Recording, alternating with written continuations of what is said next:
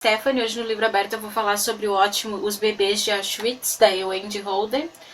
Esse livro conta a história de 3 bebês que nasceram na Segunda Guerra Mundial em campos de concentração.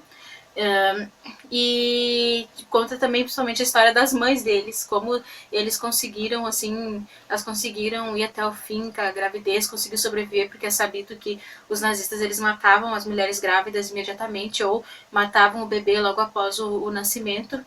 Então, né, conta a história principalmente dessas 3 mães, né, que tiveram esses 3 bebês. Esses 3 bebês nasceram em 1945, por coincidência, todos em abril, e essas mulheres, elas não chegaram a se encontrar. Talvez elas tenham se visto, mas não souberam não souberam uma da outra que as outras tinham outras grávidas, porque a gravidez era uma coisa que tinha que ser escondida. Esse livro foi lançado em 2015.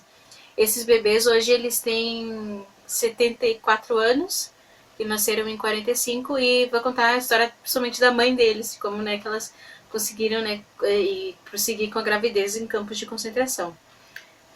Então a história alterna entre as 3 principais, as 3 mães, começando pela Prisca. Vou aproximar a foto aqui, espero que dê pra ver. A Prisca, ela é judia, ela se casou bem cedo com o Tibor, a família dela tinha uma cafeteria, né, até que tudo mudou e eles acabaram sendo levados para guetos. Agora eu vou mostrar a Rachel. A Rachel, a família dela foi levada para um gueto também. E só que a vida, essa é a Rachel, só que na vida nos guetos não era nada fácil. Era como muitas pessoas morreram eles passavam muita fome, muitas pessoas morreram de inanição nesses guetos, sabe? Tinham muitas dificuldades. Esse gueto foi onde elas ficaram, né, antes de serem enviadas para Auschwitz. Nesse gueto, eles viram que eles levavam diversas pessoas para o leste, que eles não sabiam o que tinha lá. Depois que a gente soube, né, souberam que eram, na verdade, os campos de extermínio. E eles diziam que estavam levando as pessoas para trabalhar. Só que eles começaram a achar estranho e viram que não era para trabalhar, porque eles estavam levando doentes, idosos e crianças. Então eles viram que é uma coisa bem ruim que estava acontecendo aí. Então, aqui ela cita que no gueto, agora eu não vou me lembrar o nome do gueto que ela estava, ela conheceu, acho que é Terezinha, não me lembro. Ela conheceu, a Rachel, ela é polonesa, me esqueci de dizer. Ela conheceu o Janusz Korczak, que ele ficou muito conhecido porque ele era, lá na Polônia, ele era dono de um orfanato que tinha 200 crianças, e eles foram todos pro gueto, né, quando os judeus foram obrigados a deixar suas casas e ir pro gueto, e ele teve diversas chances, oportunidades de fugir do gueto, né, e fugir do país, mas ele disse que não ia deixar as crianças, tanto que ele acabou indo pro campo de concentração, e ele e as crianças foram para as câmaras de gás. Esse monumento que vocês estão vendo é em homenagem ao Janusz Korczak e essas crianças. Agora eu vou mostrar a outra mãe, que é a Anka. Essa aqui é a Anka. A Anka, ela nasceu na antiga Tchecoslováquia, que depois hoje é a atual República Tcheca. A família dela tinha uma empresa de, espero que esteja dando para ver, tinha uma empresa de couros, né? Eles também tiveram que ir pro gueto. Ela era bilíngue, falava francês, alemão, inglês. Ela se casou com o Bernd, e todas elas, assim, tipo, elas ficaram grávidas, né, nesse intermeio, enquanto estavam nos guetos, e quando elas foram pro campo de concentração, elas já estavam, né, no início da gravidez. Tanto que, assim, quando elas são levadas para os campos de concentração com os familiares, elas são recepcionadas pelo médico, que é o Mengele, né, o infame Mengele, que perguntava para as mulheres quais estavam grávidas. Isso porque é sabido, né, que ele fazia experimentos com mulheres grávidas, gêmeos, anões, crianças, experimentos horríveis, né. Então todas elas elas acharam que seria muito ruim dizer que elas estavam grávidas, elas imaginaram que tinha alguma coisa aí, então todas elas falaram que elas não estavam grávidas. E tentaram esconder a gravidez, porque eles mandavam as mulheres grávidas imediatamente para câmaras de gás. E as câmaras de gás aqui cita aqui que no início eles achavam, depois de eles saber o que era, eles realmente achavam que estavam indo tomar um banho, porque davam toalhas para eles, mas depois, né, eles acabavam, né, soltando o gás. E pior que muitos prisioneiros tinham que fazer o trabalho de recolher os corpos. Tinha muitos prisioneiros que viam ali membros de sua família mortos ali e acabavam se suicidando. E era bem difícil esconder a gravidez, mas elas acabaram ficando passando tanta fome, muita desnutrição, que não parecia que elas estavam grávidas. E era um grande perigo para elas. E até que elas foram, as três, tipo, dessa coincidência das três, serem levadas para trabalhar numa fábrica de aviões e munição, né, para a Alemanha e da Alemanha. E nessa fábrica, tipo, as três foram, mas elas assim, não cita assim que elas, nenhuma sabia que a outra estava grávida. Só que nessa fábrica elas passavam igualmente por muitas dificuldades. Era 14 horas de trabalho, às vezes tinha uma folga no domingo. Lógico que era um trabalho escravo, não ganhava nada. Tipo, e elas continuavam passando muita fome, muito frio. Elas iam todo dia trabalhar e o que mais impressionava elas era que as pessoas da cidade continuavam vivendo a vida deles, assim como se nada tivesse acontecendo. Tipo, sabendo do que estava acontecendo, eles vivendo tranquilamente seu dia a dia com a sua família e vendo elas assim maltrapilhas esqueléticas indo para essa fábrica. Daí o que aliviava, que eu não lembro se foi a Rachel, qual delas que falou que dava um alívio, era saber que naquela fábrica não tinha campo de concentração. Então a Prisca, ela deu à luz a uma menina, eu tinha notado, a Hannah, na fábrica. Tipo, não deu mais ela esconder a gravidez, só que daí, como tava no fim da guerra, não fizeram nada pra ela, sabe? A guerra tava se aproximando do fim, até ajudaram ela, mas ela disse que sabe que ajudaram só por eles mesmos, não porque eles queriam ajudar ela. Então eles não tinham mais por que fazer os aviões, a Alemanha tava perdendo a guerra, não tinha mais por que construir os aviões e as munições, então eles evacuaram aquela fábrica e levaram todas as prisioneiras junto. E eles levaram para. E daí nessa ida, a Rachel deu a luz no vagão do trem. E sabe como eram aqueles trens, não é? E ela. Das terríveis condições em que eles iam, e ela deu a luz ao menino, Mark. As pessoas da cidade, de vez em quando, o trem tinha que dar uma parada por conta dos bombardeios, e as pessoas da cidade souberam de um hotel e fizeram comida para levar para elas. Algumas pessoas, acho que foi a única cidade ali, acho que foi, agora não me lembro, que ajudou elas, que levou comida para elas. Mas assim, os guardas roubaram a maior parte da comida que era destinada para elas. Tem esse memorial que eu estou mostrando aí, que é o memorial aos mortos do trem. Depois eu coloco onde é exatamente. E elas acabaram sendo levadas para Mauthausen, esse campo de concentração na Áustria. Esse campo de concentração ele tinha muitos prisioneiros assim russos, tinha todos russos, judeus, assim tipo vários prisioneiros assim e eles trabalhavam numa pedreira e aquele trabalho era exaustivo. Eles tinham que subir 186 degraus. E essa escadaria aí de 186 degraus ficou conhecida como a escadaria da morte. Então, elas deram a luz no mesmo mês, não por coincidência. Aí a Anka deu a luz a uma menina quando ela estava numa carroça entrando em Mauthausen, e ela botou o nome de Eva. A guerra estava acabando, Hitler, né, se matou, a União Soviética já tinha tomado Berlim, os russos já estavam em Berlim, e os alemães estavam em fuga, estavam tipo fugindo. Alguns tentaram se disfarçar e foram pegos pelos prisioneiros. Alguns foram presos, executados, mas a maioria, muitos fugiram, né, infelizmente. E as tropas americanas chegaram no Mauthausen e se depararam com um campo de concentração, assim, e ficaram assim horrorizados, né, com as pessoas, o que estava acontecendo lá.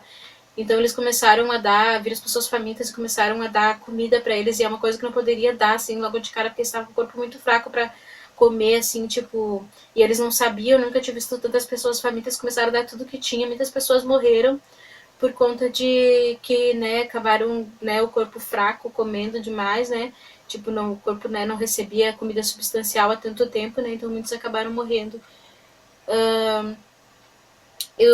Eles pegaram e tinha vários corpos ainda nos alojamentos, eles fizeram um cemitério onde era o antigo campo de futebol da SS, dos nazistas, e pegaram fizeram os guardas, os oficiais nazistas e os habitantes, disseram para os habitantes da cidade, da cidade ali na austríaca, vestirem suas melhores roupas e irem lá, e fizeram eles pegar e cavocar a terra e enterrar os mortos. Tipo, todos eles tiveram que enterrar os mortos. E tem esse cemitério que vocês estão vendo a foto do cemitério de Mauthausen. Alguns nomes estão, tem alguns que têm nomes, mas muitos, a maioria é desconhecido porque tiveram alguns que enterrarem balas junto, né, com outros, né, porque eram muitos corpos. Daí depois da guerra começou a parte difícil de tentar. A Hannah, ela queria, como todas elas, né, a Hannah estava procurando aos familiares dela, o marido dela, né, ela tinha esperança que pudessem reencontrar a família dela, né, mas ela soube, depois acabou sabendo que os pais dela morreram, o marido também, o marido, tipo, ele achou que ela não ia sobreviver, ele acabou desistindo. Ele tinha 29 anos quando ele morreu, e ele morreu poucos meses antes da guerra. Então, tipo, foi um baque muito grande. Ah, tinha uma coisa que eu ia mostrar, que é uma roupinha que as prisioneiras fizeram pra bebê Hannah, da Prisca, que elas fizeram com tecidos. E hoje essa roupinha tá no museu. Eu tinha esquecido de mostrar. Tá, caiu. Não, mas assim, eu ia mostrar a foto da Hannah, então ela soube, né, que ela tava só ela e a filha dela, a Prisca, sozinhas, né? Tinha perdido. Vou mostrar uma foto dela com a filha dela, bebê, depois no pós-guerra. Ela nunca mais quis se casar, apesar dela ser bastante jovem, que ela e a filha dela, Hannah. A filha dela casou, ela teve filhos, teve netos. E ela morreu aos 90 anos. Se eu não. Deixa eu ver onde que ela estava morando. Ela voltou para Tchecoslováquia, acho. Bom. Agora a Rachel. Não sei uma foto da Rachel. No pós-guerra também a mesma coisa. Ela foi procurar os pais dela, mas ela soube que os pais e o marido dela, o Monique, tinham morrido nos campos de concentração. 3 das irmãs dela sobreviveram. Eu tinha até me esquecido de falar, mas elas ficaram juntas durante todo esse tempo. Elas foram também para a fábrica com ela. E elas sobreviveram, mas os pais morreram, né? Tipo, ela se casou de novo e ela faleceu em 2003. Deixa eu mostrar uma foto da Rachel e das irmãs dela. A Rachel, as irmãs dela e o bebê Mark. Eu realmente espero que deixe pra ver, porque eu não consigo ver se tá aparecendo bem.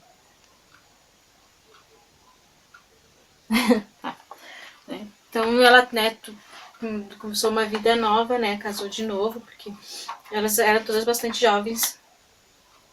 E a Anka também a mesma coisa, procurava os familiares, procurava o marido, até que ela soube que o marido dela morreu também, o marido dela morreu, os familiares também morreram.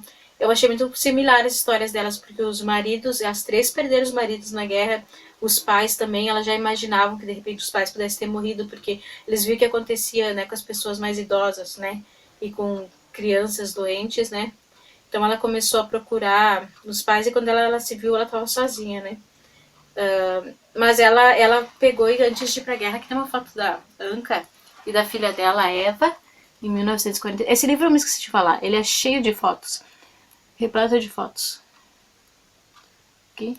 Antes da guerra, a Anka tinha deixado as fotos da família e algumas coisas com uma empregada acho que da empresa de couros que os pais dela tinham. E só que a empregada pegou e disse que ficou com medo de que os nazistas acharem que ela estava colaborando com os judeus, e queimou as fotos. Ela ficou assim possessa, porque ela, assim, que ela não se importava mais com os bens materiais, mas só que as fotos eram as memórias, as lembranças, né, as fotos do pai e da filha dela que tinham sido tudo. Só que ela acabou indo no estúdio onde tirou as fotos do casamento, e ela conseguiu, tinha um filme ainda que ela conseguiu revelar essas fotos, né, para poder mostrar para a filha dela quem era o pai dela, né, também. E ela encontrou outros amigos do pai dela, dos pais dela, que ela não sabia, mas tinham guardado diversas coisas para os pais delas, tipo porcelana, tapeçaria, joias, né? E entregaram de volta para ela, né? E essa outra que queimou as coisas tinha até vendido as coisas, algumas coisas que tinham deixado com ela, né? A Ranka, deixa eu ver quantos anos ela tinha quando ela morreu. Ela tinha 96 anos quando ela morreu. E ela também teve netos e filhos. Deixa eu ver. Então, assim, elas não sabiam que uma da outra que estava grávida, nunca souberam em vida. Foi os filhos, o neto do Mark, que começou a olhar e soube que teve outro, começou a pesquisar e soube que tinha outros, tinha nascido outros dois bebês que tinham conseguido sobreviver em Auschwitz. Então ele conseguiu que eles se encontrassem. Esse encontro aconteceu em 2010. Daí que tem a foto dos bebês, a Eva, o Mark e a Hannah, em 2010. E eles, né, compartilharam as histórias, né, das mães deles. Né, tipo, então, né, e gerações, né, agora estão aqui por conta dessas mulheres que conseguiram, não desistiram nunca, principalmente por causa de seus filhos. E é um livro bem pesado, né? Segundo, né? Imagina, né? Sobre o Holocausto, né? Mas um livro muito necessário, eu recomendo muito. E aqui fala que as almas de suas mães e de milhões de outras pessoas que morreram durante a guerra merecem que sua história seja contada e recontada para que jamais seja esquecida. Tentamos viver a vida da melhor maneira possível, preenchendo esse espaço tão vazio, diz Hannah. Em memória, a memória delas, cada dia que nasce é uma nova promessa. Então, né, elas têm agora as gerações, né, teve filhos, netos, e agora as gerações vão vir por causa, né, da bravura delas, né, de conseguir, né, sobreviver essas coisas horríveis, né, que aconteceram na Segunda Guerra. Então é um baita livro, gente. É um livro pesado, mas é um ótimo livro, né? Então fica a dica. Vou mostrar agora o que eu tô lendo. Eu comecei hoje, na verdade, 12 Contos Peregrinos, do Gabriel Garcia Marques. São contos, né?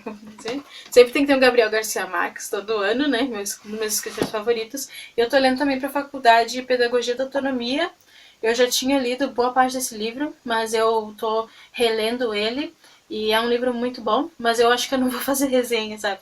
É um livro assim pra, assim, tipo, que quase todo mundo quem não é professor também pode ler, né? Lógico, né? Mas todo mundo que vai ser professora, eu acho que é obrigatório ler pelo menos algum do Paulo Freire, né? E eu sou professora de inglês. Bom, obrigada então, gente. Não se esqueçam de se inscrever, dar um like. É isso. Tchau.